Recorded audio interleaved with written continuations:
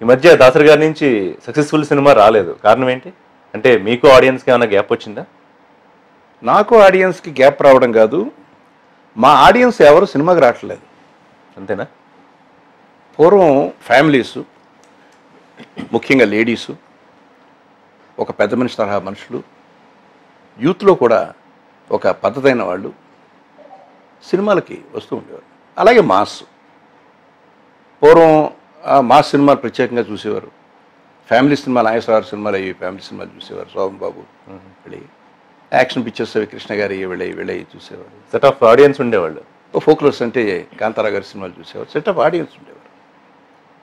So ఇవాళ ఏమైపోయిందంటే మనం ఒక ట్రెండ్ని క్రియేట్ చేసుకుని, అంటే తమిళ్లో లేదు ఈ ట్రెండ్, హిందీలో లేదు, కన్నడంలో లేదు, మలయాళం లేదు, మనమే క్రియేట్ చేసుకున్నాం. ఒక కామెడీ లేకపోతే డబుల్ మీనింగ్ డైలాగ్స్తో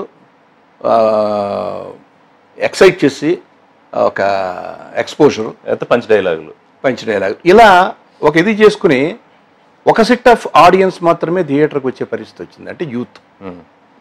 ఆ యూత్లో కూడా మళ్ళీ రెండు భాగాలు.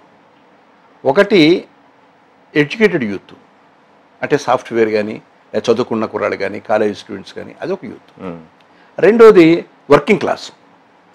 So working class youth, that means hotel boys, లేకపోతే ఈ రిక్షా పుల్లర్సు, ఇట్లా.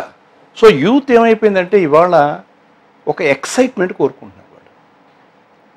వాళ్ళకున్న వీక్నెస్ని క్యాష్ చేసుకోవడానికి మనం కొన్ని సినిమాలు తీస్తున్నాం. సో ఆ సినిమాలకి విపరీతమైన ఎక్సైట్మెంట్ ఆ పబ్లిసిటీ మీద పెడుతున్నారు.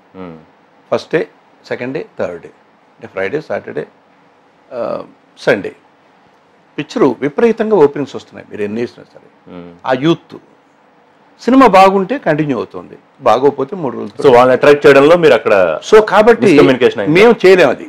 ఇప్పుడు ఇవాళ ఈ ట్రెండ్లో ఈ సినిమాలు, ఈ ఎంటర్టైన్మెంట్ సినిమాలు డెఫినెట్లీ నా వల్ల కాదు.